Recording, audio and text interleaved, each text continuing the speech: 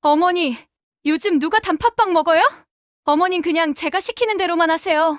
쓸데없는 고집 피우지 마시고요. 며느리 소라의 그 말에 제 손이 떨려왔습니다. 단팥빵은 제 인생이자 제 손끝의 자부심이었는데 그게 쓸데없는 고집이라니. 이 일은 6개월 전부터 시작되었습니다. 저는 68살 박영숙입니다. 지금 이야기를 시작하려는 건 가족이라는 이름으로 당하는 배신이 얼마나 아픈지, 그리고 그 아픔을 딛고 일어서는 게 얼마나 힘들었는지 알려드리고자 합니다. 30년간 저는 동네 제법 큰 제과제빵집에서 일했습니다. 처음엔 견습생으로 시작해서 나중엔 주임이 됐죠. 그저 배가 고파 빵이라도 실컷 먹을 수 있지 않을까 싶어 들어갔었죠. 하지만 빵을 만들다 보니 너무 재미있어서 이렇게 오랫동안 다니게 됐습니다. 새벽 5시에 출근해 밤늦게까지 빵을 굽고 과자를 만들었어요. 손에 밀가루 반죽이 배어 손톱 사이가 하얗던 시절이었습니다. 특히 저는 단팥빵을 잘 만들었어요. 팥을 직접 삶아서 설탕과 소금 비율을 딱 맞춰 앙금을 만들고 반죽은 손으로 치대서 공기를 넣어주는 게 비결이었죠. 손님들은 제가 만든 단팥빵을 먹으려고 일부러 아침 일찍 오곤 했습니다. 영숙 씨 단팥빵은 정말 다르다니까요. 이게 진짜 옛날 맛이에요. 단골 할머니께서 그렇게 말씀하시면 저는 그저 쑥스럽게 웃곤 했어요. 이렇게 제 빵을 맛있게 드셔줄 때면 얼마나 행복한지 몰라요. 6개월 전 봄날이었습니다. 아들 민호가 전화를 걸어왔어요. 결혼한 지 5년째인 민호는 며느리 소라와 함께 작은 빵집을 내기로 했다고 했죠. 엄마, 우리 빵집 할 건데 엄마가 좀 도와주면 안 될까? 민호의 목소리엔 간절함이 묻어 있었습니다. 소라가 마케팅은 할 수 있는데 빵 만드는 건 잘 모르거든. 엄마 30년 경력이면 충분하잖아. 제발 좀 도와줘. 저는 망설였어요. 정든 직장을 그만둔다는 게 쉬운 결정은 아니었으니까요. 하지만 아들이 사업을 시작한다는데 모른 척 할 순 없었어요. 더군다나 제가 잘하는 빵집이라고 하니까 도전하고 싶었습니다. 며칠 후 저는 제과점에 사표를 냈습니다.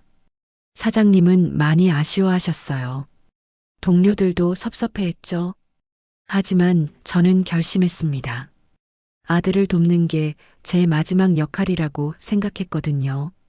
영숙 씨, 나중에 힘들면 언제든 돌아와요.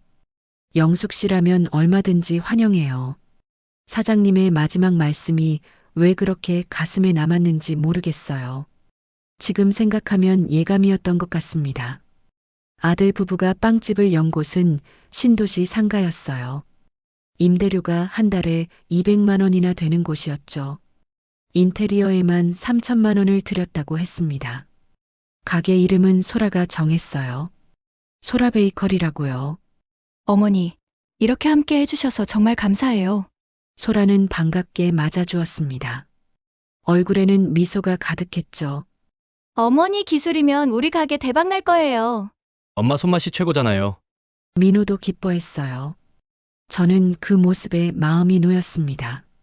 아들 부부가 행복해 보여서 좋았거든요. 하지만 저는 몰랐습니다.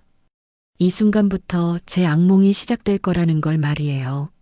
며느리 소라의 환한 미소 뒤에 숨겨진 진짜 얼굴을, 그리고 앞으로 겪게 될 모욕과 배신의 나날들을 저는 전혀 상상하지 못했죠. 첫날 소라는 저를 주방으로 안내했습니다. 어머니, 여기서 작업하시면 돼요. 레시피북은 여기 있고요. 레시피북? 레시피북을 펼쳐보니 온통 생소한 빵들 뿐이었어요. 크루아상, 마카롱, 스콘. 제가 30년 동안 만들어온 빵들과는 전혀 달랐죠. 어머니, 요즘 트렌드는 이런 거예요. 인스타그램 감성 있는 빵들이요. 소라가 설명했습니다. 저는 고개를 끄덕였어요. 젊은 사람들 생각이 다르겠지 싶었으니까요. 하지만 제가 잘 만들 수 있는 빵은 없었어요. 그런데 소라야, 내가 잘 만드는 단팥빵은 어때? 우리 단골 손님들이 정말 좋아했거든. 제가 조심스럽게 제안했을 때 소라의 표정이 미묘하게 변했습니다. 단팥빵이요? 어머님. 요즘 누가 단팥빵 먹어요? 그건 너무 옛날 거 아니에요? 요즘 젊은 애들은 팥을 좋아하지 않아요. 그 말에 제 가슴이 철렁했어요. 하지만 저는 아무 말도 하지 않았습니다. 며느리 기분 상하게 하고 싶지 않았거든요. 그날 밤 저는 아들 부부집 작은 방에 누워 천장을 바라봤습니다. 생각보다 복잡한 마음이 들었습니다. 괜히 온 건 아닐까 하는 생각이 들었어요. 하지만 곧 고개를 저었죠. 아직 시작도 안 했는데 벌써 포기할 순 없었으니까요. 이왕 시작한 거 한번 해보자 싶었어요. 새로운 빵도 도전해보는 거야. 라며 다짐했어요. 열심히 해보자. 가족을 위해서니까. 저는 스스로에게 그렇게 다짐했습니다. 하지만 제가 몰랐던 게 있었어요. 참는다고 해서 모든 게 좋아지는 건 아니라는 걸 말이죠. 다음 날부터 본격적으로 일이 시작됐습니다. 새벽에 조용히 일어나 주방으로 갔더니 소라가 벌써 나와 있었습니다.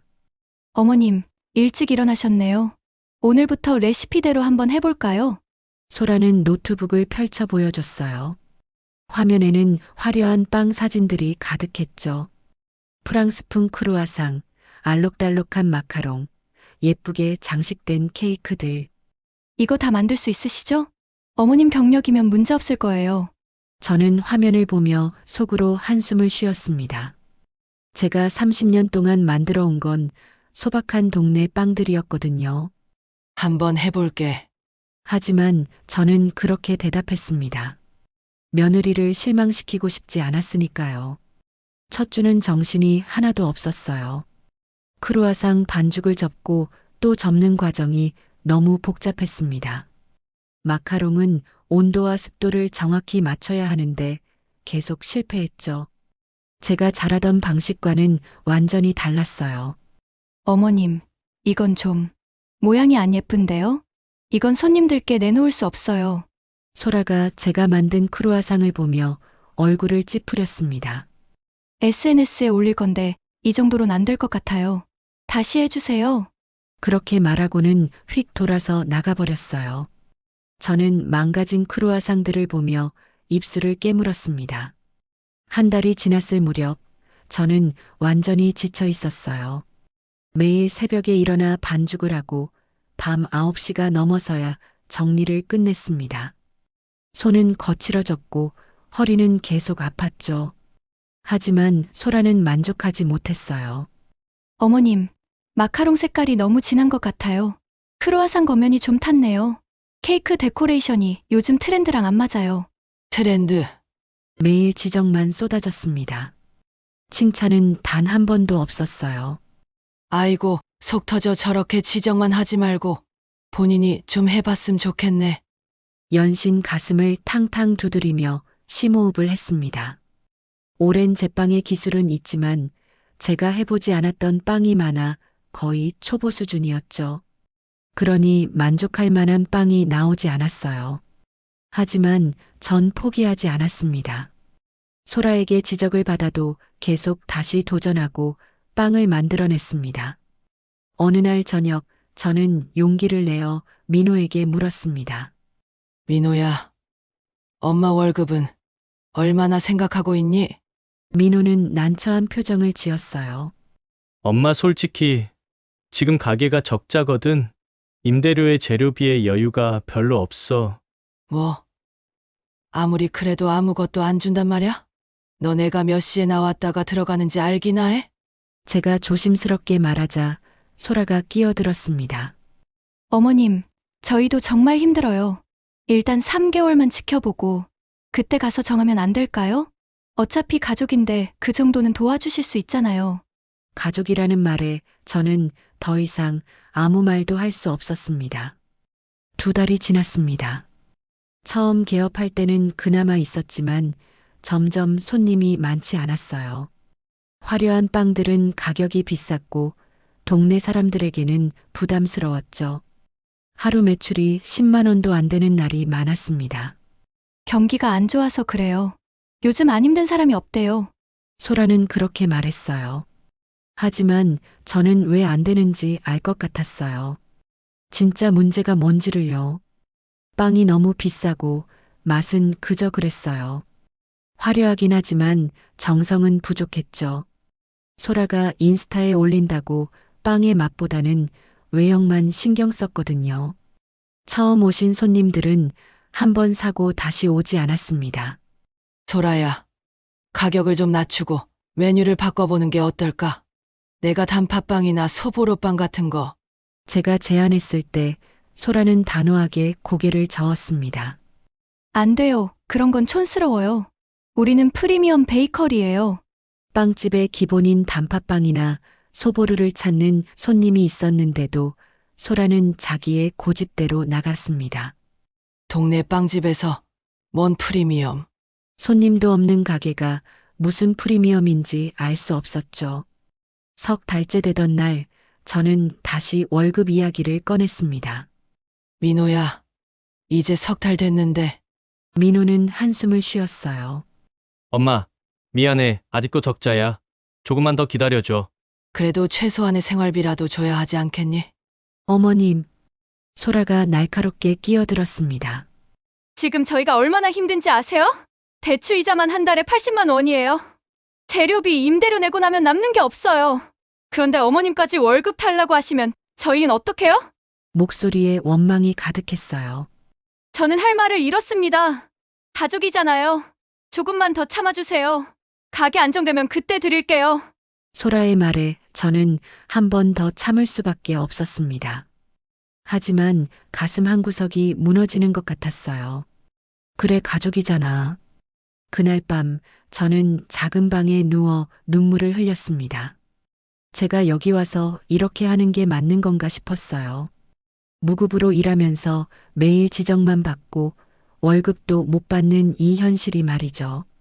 몇 달 전엔 웃으며 빵을 만들고 있었는데 이곳에 와선 단 하루도 웃은 날이 없고 점점 눈물로 지새우는 밤이 많아졌습니다.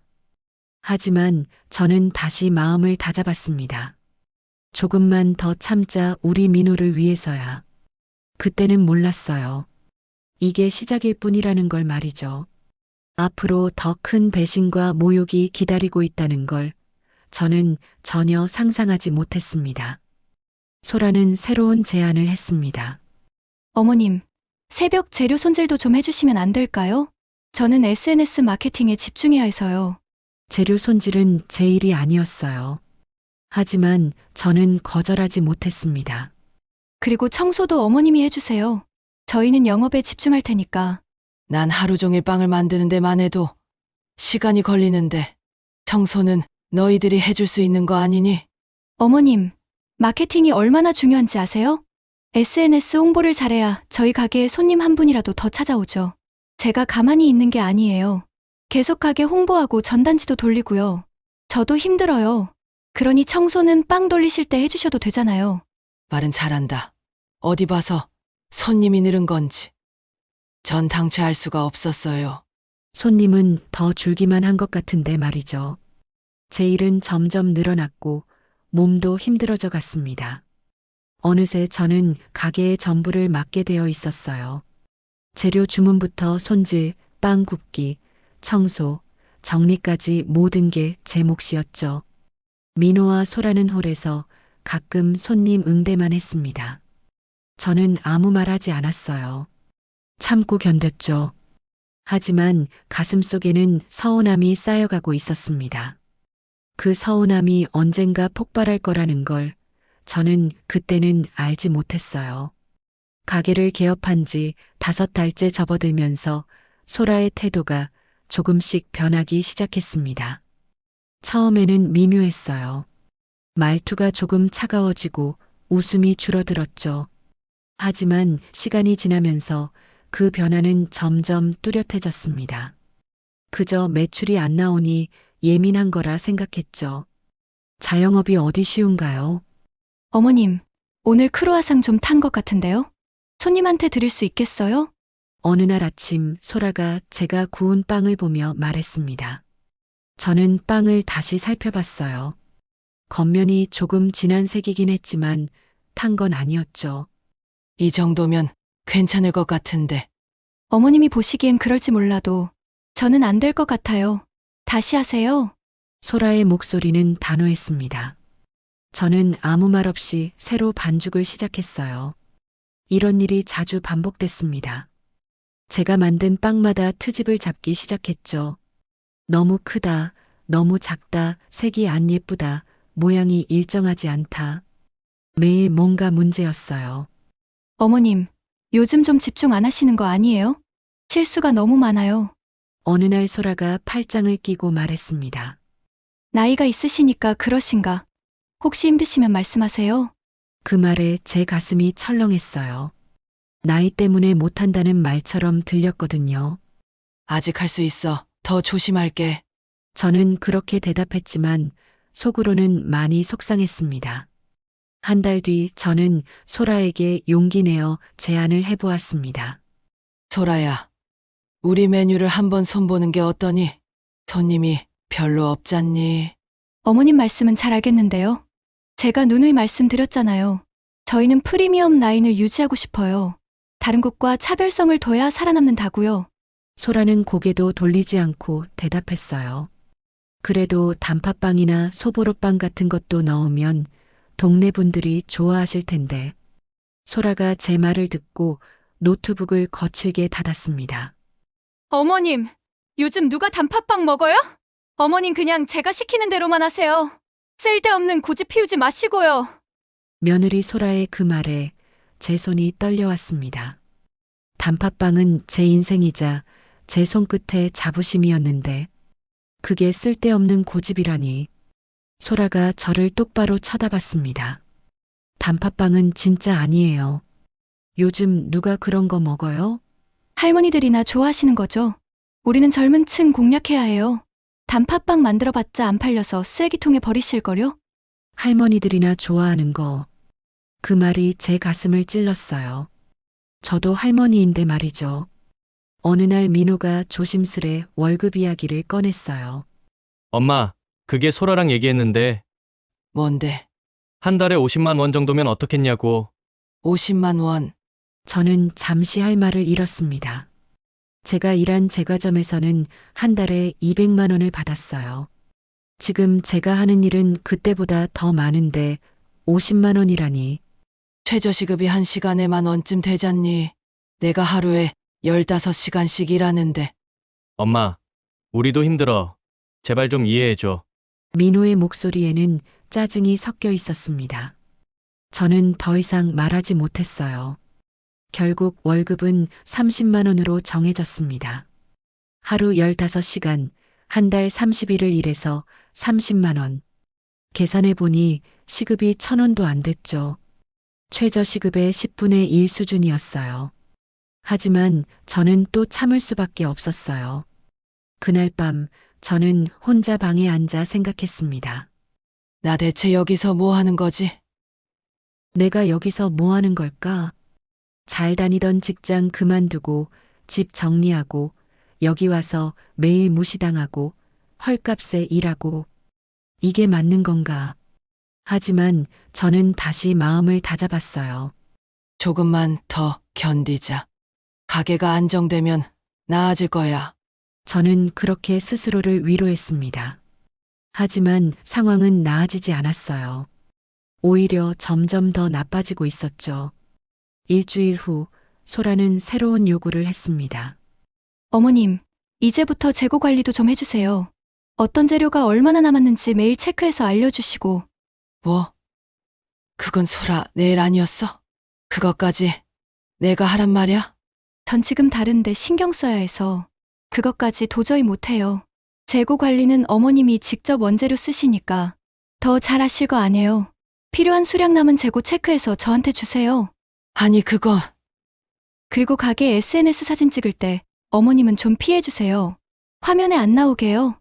소라는 이렇게 말하고 뒤돌아 나가버렸습니다. 속에선 천불이 났지만 가게가 잘 되지 않으니 서로 다 신경이 날카로운 거라고 생각했습니다. 재고 관리까지 일은 끝없이 늘어났습니다. 저는 뭔가 무너지는 기분이었어요. 손님들에게 보여주기 싫다는 뜻이었으니까요. 나이든 제 모습이 가게 이미지에 안 맞는다는 거였죠. 저는 그때 깨달았습니다. 아무리 가족이라도 이렇게 대하진 않을 거라 생각했습니다. 소라에게 저는 기술자도 동업자도 아니었어요. 그냥 싸게 부릴 수 있는 일손일 뿐이었죠. 며느리도 가족도 아닌 그저 편리한 도구였던 겁니다. 너무 화가 나 손이 부들부들 떨렸지만 저는 여전히 참았어요. 아들을 위해서, 가족을 위해서라고 스스로를 설득하며 버텼습니다. 그게 제 마지막 역할이라고 믿었으니까요. 하지만 곧 알게 될 거였어요. 참는다고 모든 게 해결되는 건 아니라는 걸 말이죠. 제 하루는 이렇게 시작됐습니다. 새벽에 알람이 울리면 천근만근 무거운 몸을 이끌고 주방으로 갑니다. 오븐을 예열하고 냉장고에서 어제 만들어둔 반죽을 꺼냈습니다. 5시가 되면 본격적으로 빵을 굽기 시작했어요. 크루아상, 식빵, 스콘. 아침 손님들이 오기 전에 모든 걸 준비해야 했거든요. 소라와 민호는 9시쯤 나왔습니다. 어머님, 오늘 준비 잘 되었어요? 소라는 커피를 마시며 제가 구워놓은 빵들을 살폈어요. 저는 벌써 5시간째 일하고 있었지만 두 사람은 이제 막 하루를 시작하는 거였죠. 마카롱색이 좀 연한데요. 손님들이 사진 찍을 건데 이래서야. 또다시 아침부터 지적이 시작됐습니다. 저는 묵묵히 다시 작업대로 돌아갔어요. 점심시간이 지나도 쉴 틈이 없었습니다. 오후엔 내일 팔빵 반죽을 준비해야 했거든요. 밀가루를 체에 치고 버터를 계량하고 발효시킬 반죽을 만들었죠. 허리는 끊어질 듯 아팠지만 쉴 수 없었어요. 어머님, 바닥 청소 좀 해주세요. 손님 오시는데 지저분하면 안 되잖아요. 소라가 홀에서 소리쳤습니다. 저는 반죽하던 손을 씻고 걸레를 들었어요. 저녁 6시가 넘어서야 잠깐 앉을 수 있었습니다. 간단히 김밥 한 줄로 저녁을 때우고 다시 설거지를 시작했죠. 오븐 청소, 작업대 정리, 냉장고 점검. 끝이 없었어요. 밤 10시가 되어서야 모든 게 끝났습니다. 문을 잠그고 뒷방으로 들어가면 온몸이 쑤셨어요. 침대에 누우면 바로 잠들었지만 4시간 후면 다시 일어나야 했죠. 하루 18시간 일하고 30만 원을 받는 삶이었습니다. 한 달 후 소라가 저를 불렀습니다. 어머님, 죄송한데 이번 달은 월급을 못 드릴 것 같아요. 저는 귀를 의심했어요. 뭐라고? 가게가 정말 힘들어요. 임대료 내고 나면 남는 게 없어요. 어머님도 아시잖아요. 손님이 별로 없는 거. 소라의 목소리엔 미안함보다 당연하다는 듯한 뉘앙스가 있었어요. 그래도 일한 건 일한 건데 30만 원도 안 남는 거냐? 어머님, 이렇게 힘들 때 가족이니 서로 도와야죠. 가게 안정되면 다 드릴게요. 밀린 것도요. 또다시 그 말이 또 나왔습니다. 가족이라는 이름은 벗어날 수 없는 굴레 같았습니다. 그 뒤로 3달 동안 저는 한 푼도 받지 못했습니다. 매일 새벽부터 밤까지 일했지만 월급은 없었어요. 소라는 매번 같은 말만 반복했죠. 조금만 더 참아주세요. 곧 나아질 거예요. 하지만 나아지지 않았습니다. 오히려 제 일만 더 늘어났어요. 어머님, 재료 발주도 어머님이 해주세요. 저는 마케팅에 집중해야 해서요. 설거지는 어머님 거 아닌가요? 홀 테이블도 좀 닦아주시고요. 쓰레기는 매일 저녁에 버려주세요. 아침에 냄새 나면 안 되니까요. 일은 점점 늘어났고 저는 점점 더 지쳐갔습니다. 어느 날 저는 소라에게 조심스럽게 물었습니다. 소라야, 내가 만든 빵 맛은 어때? 소라는 핸드폰만 보고 있었어요.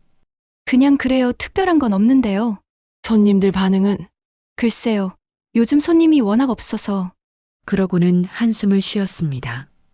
아무래도 어머님 기술로는 한계가 있는 것 같아요. 요즘 트렌드를 모르시니까. 그 말에 제 가슴이 철렁했어요. 30년 경력이 무용지물이라는 소리였으니까요. 그럼 뭘 어떻게 하면 되겠니? 저도 잘 모르겠어요. 어차피 경기가 안 좋아서 뭘 해도 안 될 것 같은데요. 경기 탓. 항상 그 말이었습니다. 하지만 저는 알고 있었어요. 진짜 문제가 뭔지를요. 단팥빵 하나 제대로 만들면 손님이 올 텐데 소라는 듣지 않았습니다. 10달째 제 몸은 한계에 다다르고 있었습니다. 아침에 일어나면 온몸이 뻐근했어요. 손목은 저려서 힘이 안 들어갔고 허리는 조금만 숙여도 아팠죠. 어머님, 괜찮으세요? 민호가 걱정스럽게 물었습니다. 괜찮아. 조금 피곤한 것뿐이야. 하지만 괜찮지 않았어요. 밤에는 잠을 제대로 못 잤고 식욕도 없었죠. 거울을 보면 제 얼굴이 낯설었어요. 10년은 더 늙어 보였습니다. 그래도 저는 묵묵히 일했어요. 가족이니까. 저는 스스로에게 그렇게 말했어요. 하지만 그 말이 점점 공허하게 느껴졌습니다. 어느 날 저녁 소라가 제 작업을 지켜보고 있었어요. 어머님, 반죽할 때 정확히 재세요. 대충대충 하시는 것 같은데요. 저는 30년 동안 눈대중으로 완벽한 비율을 맞춰왔어요. 하지만 소라 눈에는 그게 대충 하는 것처럼 보였나 봅니다. 손도 자주 씻으세요. 위생이 제일 중요해요. 저는 아무 말도 하지 않았어요. 대꾸할 기력도 없었고요. 변명해봤자 소용없다는 걸 알았으니까요. 그날 밤 저는 작은 방에 혼자 앉아 있었습니다. 창밖을 보니 불 켜진 집들이 보였어요. 저마다 따뜻한 가족이 있겠죠. 저녁 먹고 텔레비전 보고 웃고 떠들고 가족을 위해 희생한다면서 정작 저는 가족 취급도 못 받고 있었어요. 하지만 저는 다시 이불을 덮었습니다. 내일도 새벽에 일어나야 했으니까요. 참고 견뎌야 했죠. 답답했지만 어쩔 수 없었어요. 언젠가는 나아질 거라고, 언젠가는 인정받을 거라고 믿으며. 하지만 그날은 오지 않았습니다. 그 무렵 제 칠순 생일이 다가왔습니다. 사실 저는 기대하지 않았어요. 이렇게 바쁜데 무슨 잔치를 하겠어요. 그냥 가족들이랑 조용히 밥이라도 먹으면 되는 거였죠. 어머님, 생신 축하드려요. 생일 당일 아침 소라가 케이크 하나를 내밀었습니다. 작은 케이크였어요. 가게에서 팔다 남은 거였죠. 고맙다. 저는 조용히 받았습니다. 오늘 저녁에 집에서 간단히 먹는 게 어때요? 요즘 가기 힘들어서 외식은 좀.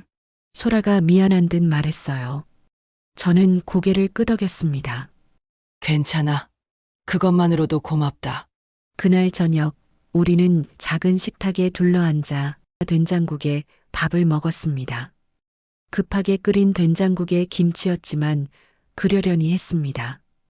가게를 닫고 저녁 늦게 돌아오면 음식은 해먹지 못하니까요. 엄마, 생신 축하해요. 고맙다. 민호야, 저는 웃으며 밥을 먹었습니다. 칠순 생일상이 너무 평범해 조금 서운했지만 가족이 함께 있다는 것만으로도 감사했어요. 경기가 정말 안 좋아서요. 요즘 가게도 손님 없고 최대한 아껴야 해요. 소라가 밥을 먹으며 말했습니다. 저는 고개를 끄덕였어요. 힘든 걸 아니까요. 하지만 사흘 후 제 생각이 완전히 바뀌었습니다. 며칠 뒤 카운터에 결혼식 청첩장이 보였습니다. 소라의 여동생 지은이가 결혼한다는 내용이었습니다. 어머님도 오셔야죠. 소라가 청첩장을 건네며 말했어요. 목소리엔 형식적인 느낌이 묻어 있었죠. 결혼식 당일 저는 조용히 예식장에 갔습니다. 큰 호텔 연회장이었어요. 입구부터 화려한 꽃장식이 가득했고 하객들은 모두 말끔한 정장과 드레스 차림이었죠. 어머니, 여기 앉으세요. 민호가 저를 구석진 테이블로 안내했습니다. 주요 하객들과는 떨어진 자리였어요. 저는 조용히 앉아 주변을 둘러봤습니다. 신부 대기실 쪽에서 소라의 목소리가 들렸어요. 친척들과 이야기를 나누고 있었죠. 우리 지은이 혼수 진짜 대박이야. 내가 거의 다 해줬어. 누군가가 말했습니다. 얼마나 들었어? 가구의 가전 풀셋으로 2천만 원. 예단은 따로 500. 저는 귀를 의심했어요. 2,500만 원이라고요? 와, 대단하다. 요즘 경기 안 좋은데 그렇게까지 해주다니. 경기가 안 좋다는 말에 제 가슴이 철렁했습니다. 사흘 전 제 칠순엔 경기 힘들다며 된장국을 먹었는데 여동생 결혼엔 2,500만 원을 쓴다고요? 제가 잘못 들은 게 아닌가 싶었습니다. 예식이 시작되고 화려한 음악과 함께 신부가 입장했어요. 웨딩드레스도 고급스러워 보였죠. 수백만 원은 좋게 할 것 같았습니다. 예식이 끝나고 피로연이 시작됐어요. 저는 조용히 음식을 먹고 있었는데 옆 테이블에서 소라 친척들의 대화가 들렸습니다. 소라가 정말 동생 사랑이 대단해. 예물도 3천만 원짜리로 해줬다며? 맞아. 다이아 크기 봤어? 완전 럭셔리. 3천만 원. 예물까지 합치면 5,500만 원이 넘는 거였어요. 베이커리 카페 한다고 하지 않았어? 장사가 잘 되나 봐? 잘 되긴 요즘 어디 가나 힘들다는 거 알잖아. 힘들다는 애가 여동생 결혼에 이렇게 아끼지 않는 거야? 그래도 동생 결혼인데 아낄 수 없지. 빚 좀 내서라도 해줘야지. 빚까지 내서 저는 숨이 막혔습니다. 제 월급은 석 달째 못 준다면서 여동생 결혼엔 빚까지 내가며 5천만 원이 넘는 돈을 쓴다니. 아, 그나저나 소라 시어머니는 축의금 얼마 하셨대? 누군가가 물었습니다. 글쎄, 뭐 별로 기대 안 되지 않겠어? 나이 드신 분이 뭐 있겠어. 그 말을 듣는 순간 저는 자리에서 일어나고 싶었어요. 하지만 참았습니다. 망신당하고 싶지 않았거든요. 피로연이 끝날 무렵 저는 소라를 찾아갔습니다. 소라야, 잠깐 얘기 좀 하자. 소라는 난처한 표정을 지었어요. 어머니, 지금 바쁜데 나중에 해요. 지금 해야겠어.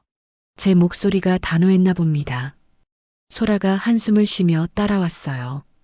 조용한 복도로 나가서 저는 물었습니다. 동생 결혼 준비에 얼마나 들었니? 소라의 얼굴이 굳어졌어요. 그걸 왜 물으세요? 얼마나 들었냐고. 5천만 원 정도요. 그런데 그게 왜요? 5천만 원. 잘못 들은 게 아니었어요. 가게가 힘들어서 30만 원 하는 내 월급도 못 준다면서. 동생 결혼에 5천만 원을 쓰는 건 맞는 거니? 소라는 대답하지 못했습니다. 경기가 안 좋은 게 아니었구나. 나한테 돈 쓰기 싫었던 거지. 어머님, 그게 아니라 그 뭔데? 제 목소리가 높아졌어요. 동생 결혼은 중요하고 가게에서 하루 종일 일하는 난 안 중요하니? 빚까지 내가며 5천만 원 쓰고 나한테는 돈 쓰기가 아깝니? 소라가 입술을 깨물었습니다. 동생은 한 번뿐인 결혼이잖아요. 어머님 생신은 매년 있는 거고 그 말에 저는 할 말을 잃었어요. 매년 있는 거라고요? 칠순이 매년 있나요? 일생에 한 번인데. 알았어. 이제 알겠어. 저는 돌아섰습니다. 어머님, 소라가 불렀지만 저는 뒤돌아보지 않았어요. 호텔을 나오는데 눈물이 흘러내렸습니다. 길거리에서 한참을 그렇게 울었죠. 그날 밤 저는 작은 방에 혼자 앉아 생각했습니다. 나는 가족이 아니었어. 돈 주고 부리는 일손일 뿐이었어요. 며느리도 시어머니도 아닌 그저 편리한 도구. 그게 제 자리였습니다. 전 가방을 꺼내 옷가지를 넣었어요. 당장이라도 떠나고 싶었지만 가더라도 어느 정도 안정되면 가자. 그땐 미련 없이 가자라고 다짐했죠. 당장 제가 없으면 빵집이 운영이 되질 않거든요. 이땐 몰랐죠. 더 큰 배신이 기다리고 있다는 걸 말이죠.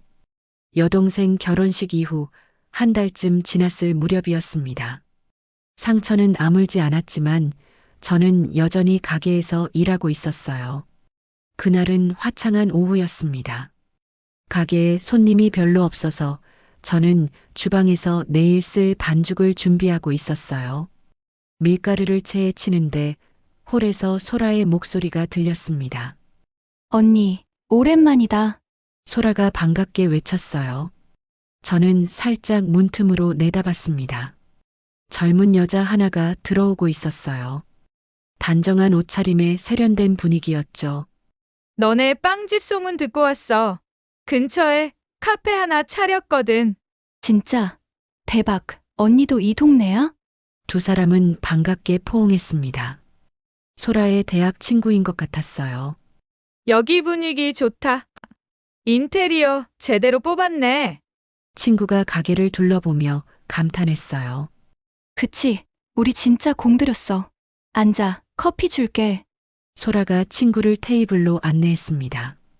저는 조용히 반죽을 계속했어요. 근데 소라야, 너 단팥빵 잘 만든다며? SNS에서 봤어. 친구의 말에 제 손이 멈췄습니다. 단팥빵이라니. 저희 가게엔 단팥빵이 없는데요. 응, 단팥빵.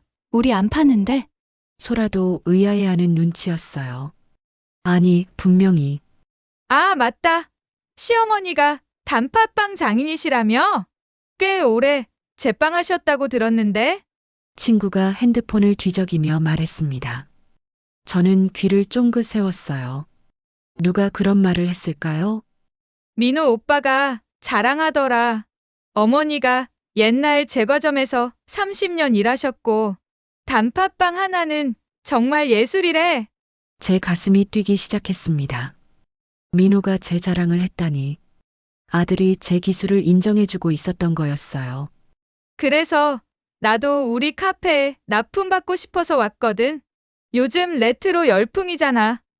할머니표 단팥빵 컨셉으로 팔면 대박일 것 같은데. 친구의 제안에 저는 가슴이 벅차올랐어요. 드디어 제 기술을 인정받는 순간이 온 거였죠. 하지만 그때였습니다.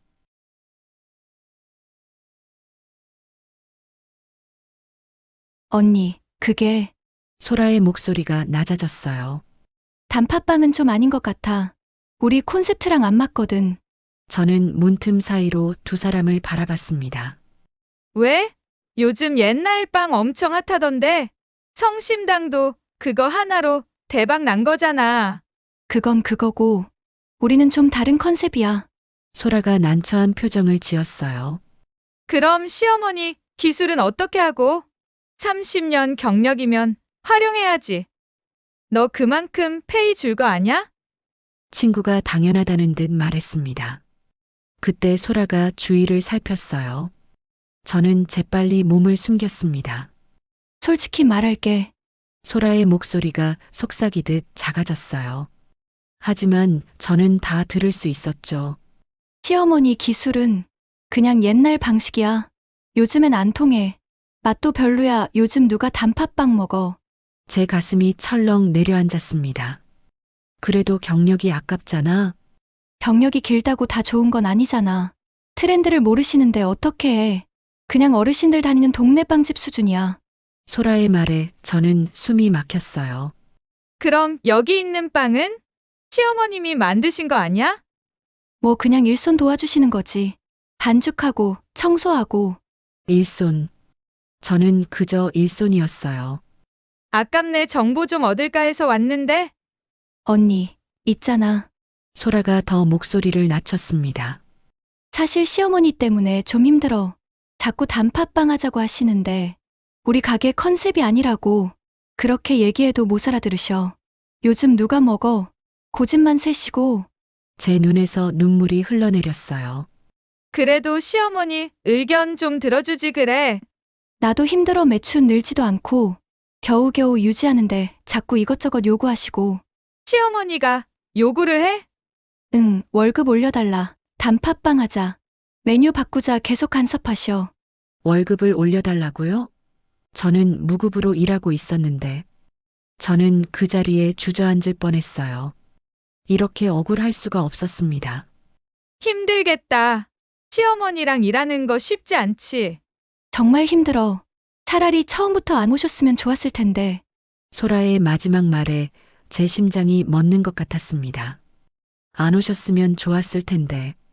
30년 직장 그만두고 집 정리하고 여기 와서 무급으로 일한 제가 안 왔으면 좋았을 사람이라니. 그래도 일은 시켜야 하잖아. 사람 쓰는 것보다 싸니까. 친구가 농담처럼 말했어요. 맞아. 그게 유일한 장점이지. 공짜 노동력. 소라가 웃었습니다. 공짜 노동력? 저는 공짜 노동력이었어요. 저는 더 이상 듣지 못하고 뒷문으로 나갔습니다. 가게 뒤 골목에 서서 한참을 울었어요. 목 놓아 울고 싶었지만 소리가 날까봐 입을 막았죠. 눈물만 주르륵 흘렀습니다. 제 기술이 쓸모없대요. 저는 공짜 노동력이고 안 왔으면 좋았을 사람이래요. 그동안 참았던 모든 게 한꺼번에 무너져 내렸습니다. 새벽부터 밤까지 한 달 30만 원, 된장국으로 보낸 칠순. 모든 게 주마등처럼 지나갔어요. 이제 알겠어. 저는 눈물을 닦으며 중얼거렸습니다. 나는 가족이 아니야. 공짜로 부릴 수 있는 일손일 뿐이지. 그 순간 제 안에서 뭔가 끊어지는 소리가 들렸어요. 참고 견디던 끈이 뚝 끊어진 겁니다. 더 이상 이해하고 배려하고 희생할 수 없었어요. 이제 끝이다. 저는 단단히 결심했습니다. 더 이상 무시당하지 않겠어요. 더 이상 착취당하지 않을 겁니다. 제 가치를 제대로 보여줄 때가 왔어요. 저는 골목에서 나와 주방으로 돌아갔습니다. 소라와 친구는 여전히 웃으며 수다를 떨고 있었어요. 하지만 저는 더 이상 그들을 보지 않았습니다. 조용히 앞치마를 벗었어요. 그리고 작은 방으로 가서 짐을 챙기기 시작했죠. 이제 내 길을 가야겠어. 저는 결심했습니다. 떠날 때가 온 거예요. 하지만 그냥 떠나진 않을 겁니다. 그들에게 제대로 보여줄 거예요. 단팥빵 하나로 제 30년 경력으로 누가 옳았는지 증명해 보이겠습니다. 밤이 되자 저는 소라와 민호를 불렀어요. 내일부터 안 나올 거야. 두 사람의 얼굴이 굳어졌습니다. 엄마, 갑자기 왜 그래? 이제 그만할 때가 된 것 같구나. 너희도 힘들고, 나도 힘들고. 제 목소리는 차분했습니다. 어머님, 농담이시죠? 지금 나가시면 저희 어떡해요? 소라가 당황해서 물었어요. 너희가 알아서 하면 되지. 공짜 노동력 하나 없어진다고 못할 건 없잖니? 그 말에 소라의 얼굴이 새하얗게 변했습니다. 들었다는 걸 안 거예요.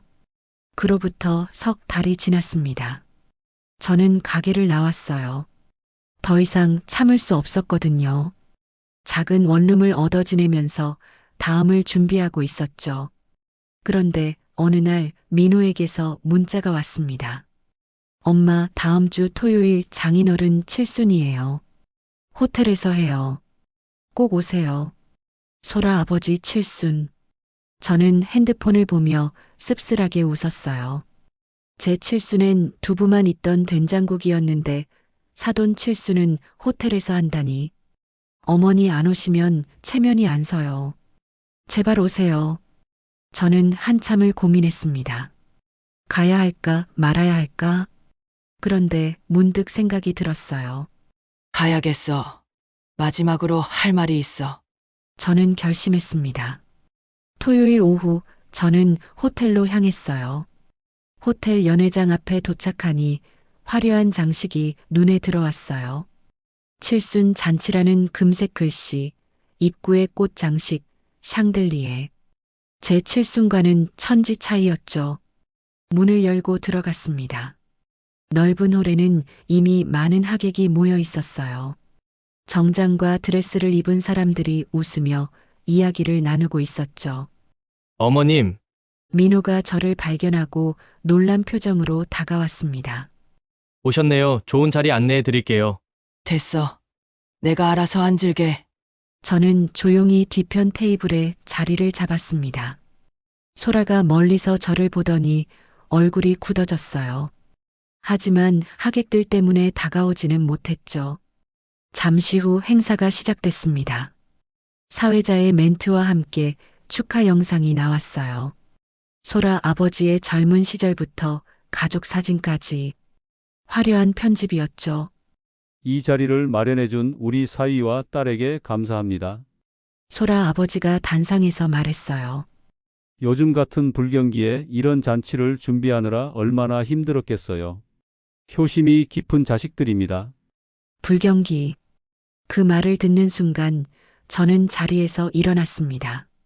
잠깐만요. 제 목소리가 연회장을 채웠습니다. 차분했지만 단호한 목소리였어요. 모든 사람이 저를 쳐다봤어요. 소라의 얼굴이 새하얗게 질렸죠. 우선 사돈어른 칠순 축하드립니다. 여러분, 저는 사위 민호의 어머니 박영숙입니다. 저는 천천히 단상으로 걸어갔어요. 불경기라고 하셨죠? 잠시 제 이야기를 들어주시겠습니까? 어머님, 지금 뭐 하시는 거예요? 소라가 떨리는 목소리로 물었습니다. 사실을 말하는 거야. 저는 하객들을 바라봤어요. 저는 11개월 동안 아들 부부 빵집에서 일했습니다. 다들 아시죠? 저희 며느리가 베이커리 가게를 하는 것 말입니다. 전 매일 새벽 4시에 일어나 밤 10시까지 일했어요. 하객들이 조용해졌습니다. 반죽하고, 빵 굽고, 청소하고, 재고 관리하고, 발주하고, 설거지하고, 쓰레기 버리는 것까지 모든 허드렛 일을 혼자 했습니다. 이 모든 걸 소라가 저보고 하라고 했습니다. 어머님, 민호가 말하려 했지만 저는 손을 들어 막았어요. 그런데 며느리와 아들은 뭘 했을까요? 며느리는 SNS 마케팅 한다며 핸드폰만 만졌고 아들은 홀에서 계산만 했습니다. 실제로 빵 만드는 건 100% 제 몫이었죠. 뭐야, 하나도 안 도와준 거야? 그걸 다 혼자 하셨다고? 하객들이 웅성거리기 시작했어요. 그래서 전 월급을 얼마 받았을까요? 한 달에 30만 원이었습니다. 하루 18시간 일하고 30만 원. 시급으로 따지면 500원도 안 되죠. 그건 소라가 말하려 했지만 저는 계속했습니다. 사람들의 경악하는 소리가 여기저기 들렸어요. 마지막 석갈은 한 푼도 못 받았어요. 불경기라는 이유로요. 가족이라는 이름으로 무조건 해야 한다고 하더군요. 어머니, 가족이잖아요. 이럴 때 도와야죠. 전 이 말에 가족이라는 이름으로 힘들어도 참을 수밖에 없었습니다. 맞는 얘기였으니까요. 저는 소라를 똑바로 쳐다봤어요. 그런데 제 칠수는 며느리가 뭘 했을까요? 된장국 한 그릇 끓여줬어요. 불경기라서 외식할 여유가 없다고 했죠. 그땐 저도 인정할 수밖에 없었습니다. 가게가 어렵다고 믿었으니까요. 하지만 사흘 후에 며느리 동생 결혼식이 있었습니다. 호텔에서요. 혼수 예물로만 5천 드렸다고 하더군요. 하객들이 숨죽이고 듣고 있었어요. 그게 제 가치였습니다. 저는 조용히 말을 이었습니다. 그리고 오늘도 또 불경기라며 이렇게 호텔 잔치를 하시네요. 1,000만 원은 쓰셨겠죠. 소라 부모님들은 얼굴이 굳어졌어요. 베이커리 카페가 왜 안 될까요? 저는 하객들을 둘러봤습니다. 동네 빵집인데 가격은 비싸고 속은 중요하지 않고 겉만 화려한 빵. 그런 건 동네에 어울리지 않죠. 어머님, 그만하세요. 소라가 울먹였습니다. 프리미엄 빵이요? 개나 주라 하세요. 차라리 가게 앞에서 붕어빵 파는 게 훨씬 잘 됐을 겁니다. 제 목소리는 차분했지만 또렷했어요. 손님들은 진심을 원해요. 화려한 포장이 아니라 정성 어린 맛을요. 그런데 며느리는 제 30년 경력을 뭐라고 했을까요? 저는 잠시 숨을 고르고 말했습니다. 옛날 방식이래요. 촌스럽대요. 그리고 저를 뭐라고 불렀는지 아십니까? 하객들이 숨죽였어요. 공짜 노동력이라고 했어요. 어이없게도요. 소라가 바닥을 보며 울기 시작했어요. 가족이라는 이름으로 불경기라는 핑계로 저의 노동력을 착취하고 기술을 무시하고 자존감을 짓밟았어요. 저는 소라의 어머니를 쳐다봤습니다. 사돈 어른, 따님이 시어머니한테 이렇게 하는 게 효도라고 가르쳐 주셨나요? 소라 어머니의 얼굴이 붉어졌어요. 이게 사실이야? 소라를 향해 소리쳤습니다. 엄마, 그게 시어머니 칠순을 대충 때우고 동생 결혼엔 5천만 원 쓰고 무급으로 일 시키고 이게 사람이 할 짓이야? 장모님이 화를 내자 하객들도 웅성거리기 시작했어요. 저 정도면 노동청에 신고해야 하는 거 아니에요? 가족이라고 저렇게까지 해도 되나요? 소라 씨 그렇게 안 봤는데. 너무하네. 저는 민호를 쳐다봤습니다. 민호야, 엄마가 마지막으로 할 말이 있어. 민호는 고개를 들지 못했어요. 사람의 가치는 돈으로 정해지지 않아. 직업으로 정해지지도 않지. 하지만 최소한의 존중은 받아야 해. 가족이라면 더욱 그래야 하고, 가족의 의미를 다시 한번 생각해 보렴. 이런 생각을 가지고 있는 사람들과 가족이라면 내 쪽에서 사양한다. 저는 천천히 연회장을 걸어 나왔어요. 이제 우리는 남입니다. 각자 잘 사세요. 뒤에서 소란스러운 소리가 들렸지만 돌아보지 않았습니다.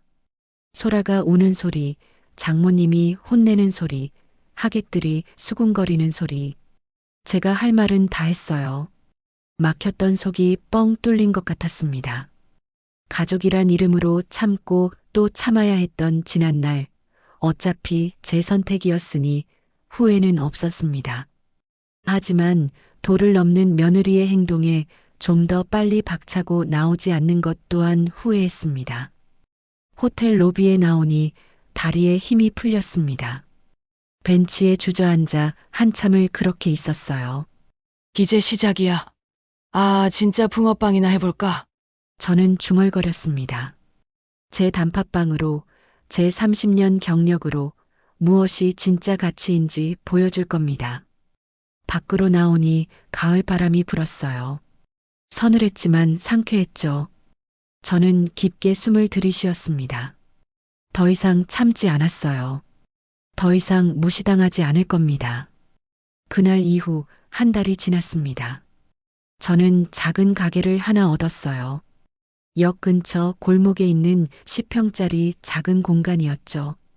임대료는 한 달에 80만 원, 제가 감당할 수 있는 금액이었습니다. 간판은 단순했어요. 영숙이네 단팥빵이라고만 썼죠. 화려한 인테리어는 없었습니다. 낡은 오븐 하나, 작업대 하나, 그리고 제 오랜 기술이 전부였어요. 첫날, 저는 새벽부터 단팥빵을 만들기 시작했습니다.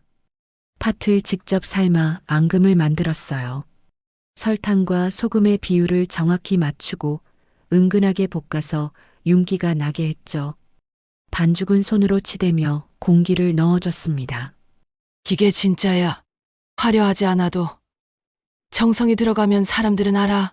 저는 혼잣말을 하며 빵을 구웠어요. 첫 손님은 할아버지 한 분이었습니다. 이거 단팥빵이요. 요즘 보기 힘든데 하나 주세요. 제가 구운 빵을 드렸더니 한 입 베어 물고는 눈을 크게 뜨셨어요. 이거 옛날 맛이네요. 진짜 오랜만이에요. 맛 괜찮으신가요? 맛있는 정도가 아니라 추억이 나네요. 어릴 때 먹던 그 맛이에요. 할아버지는 3개를 더 사가셨습니다. 그렇게 제 빵집은 입소문이 나기 시작했어요. 할머니들이 오셨고 중년분들이 오셨죠. 모두들 옛날 그 맛이라며 좋아하셨어요. 요즘 빵은 다 비슷비슷한데 여기는 정말 다르네요. 설탕 덜 넣어서 좋아요. 팥 맛이 제대로 나요. 한 달 후 젊은 손님들도 오기 시작했습니다. 레트로 열풍이었어요. SNS에서 할머니표 단팥빵이 화제가 되고 있었죠. 인스타에서 봤어요. 여기 정말 맛있대요. 20살쯤 된 여학생이 친구들과 왔습니다. 와, 진짜 할머니가 만드시네. 대박. 아이들은 사진을 찍고 빵을 사고 또 친구들을 데려왔어요. 2달째 저는 하루 200개씩 단팥빵을 만들었습니다. 새벽 5시에 일어나 밤 8시까지 일했어요. 하지만 소란의 가게에서 일할 때와는 달랐죠. 제 가게였고, 제 방식이었고, 무엇보다 손님들이 진심으로 좋아해 주셨으니까요. 하나도 힘들지 않은 것 같았어요.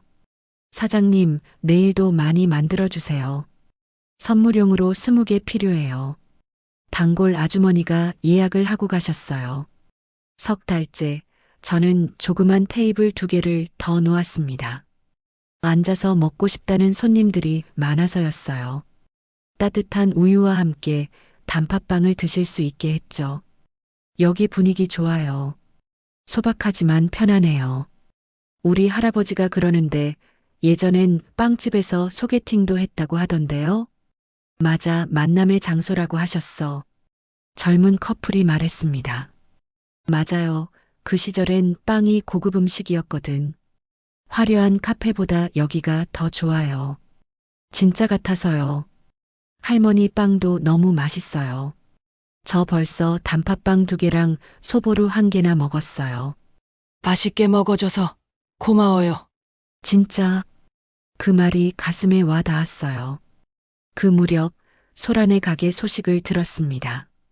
결국 문을 닫았다고 했어요. 손님이 없어서 버티지 못했다고 하더군요. 불경기 때문이래요. 소식을 전해준 분이 말했습니다. 저는 아무 말 하지 않았어요. 불경기가 아니라 능력 부족이었다는 걸 알았지만 굳이 말하지 않았죠. 넉 달째 문 앞에 종이봉투가 하나 놓여 있었습니다. 열어보니 백화점 상품권이 들어 있었어요. 그리고 편지 1장. 어머님, 죄송합니다. 제가 잘못했어요. 용서해 주세요. 마이너스 소라. 저는 봉투를 그대로 문 밖에 두었습니다. 다음 날도 또 봉투가 왔어요. 고급 참기름이었죠. 어머님, 제발 한 번만 만나주세요. 저는 이것도 문 밖에 두었습니다. 일주일 동안 매일 뭔가가 왔어요. 과일, 건강식품, 손편지. 하지만 저는 하나도 받지 않았습니다. 마침내 소라가 직접 왔습니다. 가게 문을 열고 들어서는데 많이 야윈 모습이었어요. 눈가엔 다크서클이 있었고 옷차림도 예전 같지 않았죠. 거머님, 소라가 떨리는 목소리로 불렀습니다. 저는 반죽을 치대던 손을 멈췄어요. 하지만 돌아보지 않았습니다. 어머님, 저 정말 잘못했어요. 용서해 주세요. 소라가 울먹였어요. 가게 문 닫았어요. 빚만 남았어요. 제발 도와주세요. 저는 천천히 돌아섰습니다. 도와달라고? 네, 어머님, 기술 좀 가르쳐 주세요. 아니면 여기서 일하게 해주세요. 월급 안 받아도 돼요. 저는 소라를 똑바로 쳐다봤어요. 소라 씨, 네, 나는 이제 남이에요. 가족도 며느리도 아니에요. 소라의 얼굴이 창백해졌습니다. 당신이 나한테 했던 것처럼 나도 이제 당신을 못 도와줘요. 거머님, 공짜 노동력이라고 했죠. 옛날 방식이라고 했고 이제 와서 가르쳐 달라니 그게 말이 돼요. 소라가 무릎을 꿇었습니다. 제발요. 한 번만 기회를 주세요. 저는 고개를 저었어요. 기회는 그동안만 있었어요. 그때 당신이 선택한 게 이거예요. 저는 다시 반죽으로 돌아섰습니다. 이제 나가세요. 손님, 올 시간이에요. 소라는 한참을 그 자리에 서 있다가 결국 나갔어요. 문이 닫히는 소리를 들으며 저는 깊게 숨을 내쉬었습니다. 가슴이 아팠지만 이게 맞는 거였어요. 그날 저녁 저는 문 앞에 쌓인 선물들을 모두 쓰레기 봉투에 담았습니다. 상품권도 참기름도 과일도 편지도 모두 버렸어요. 용서는 없어. 하지만 평화는 있어. 저는 중얼거리며 쓰레기를 내다 놓았습니다. 다시 6개월이 지났습니다. 영숙이네 단팥빵은 이 동네에서 제법 유명해졌어요. 매일 아침 줄이 서고 오후엔 다 팔려서 문을 닫는 날도 많았죠. 저는 여전히 새벽 5시에 일어나 단팥빵을 만듭니다. 팥을 삶고 반죽을 치대고 하나하나 정성껏 빚어요. 화려하지 않지만 진심을 담아서요. 손님들은 그 진심을 알아줍니다. 여기 빵은 정말 다르다니까요. 할머니 손맛이 최고예요. 저는 그 말들에 조용히 미소 짓습니다. 어느 가을 저녁, 저는 가게 문 앞에 앉아 있었어요. 노을이 지고 거리엔 사람들이 오가고 제 작은 가게엔 따뜻한 빵 냄새가 났죠. 이게 행복이구나. 저는 혼잣말을 했습니다. 화려하지 않아도 크지 않아도 제 방식대로 정성을 다하면 사람들은 알아주더라고요. 그게 진짜 가치였어요. 겉모습이 아니라 속마음, 포장이 아니라 본질, 유행이 아니라 진심. 저는 하늘을 올려다봤습니다. 여보, 나 잘하고 있는 거 맞추셔. 돌아가신 남편에게 묻는 것 같았어요. 바람이 불어와 간판을 흔들었습니다. 영숙이네 단팥빵이라는 글씨가 석양빛에 반짝였죠. 저는 미소를 지었습니다. 내일도 새벽 5시에 일어나 팥을 삶을 겁니다. 정성껏 반죽을 치대고 하나하나 빚을 거예요. 그게 제 삶이니까요. 여러분, 오늘 이야기 어떠셨나요? 가족이라는 이름으로 누군가를 이용하고 착취해서는 안 된다는 교훈을 담았습니다. 겉으로는 힘들다 하면서 뒤로는 다르게 행동하는 이중성을 경계해야 합니다. 진짜 능력은 숨길 수 없고 성실함과 실력은 결국 빛을 발합니다. 화려한 포장보다 진심 어린 정성이, 유행보다 변하지 않는 가치가 더 중요합니다. 이 이야기가 마음에 드셨다면 구독과 좋아요, 알림 설정 부탁드립니다. 다음에도 현실적이고 공감 가는 이야기로 찾아뵙겠습니다. 오늘도 건강하시고 가족을 존중하며 행복한 하루 보내세요.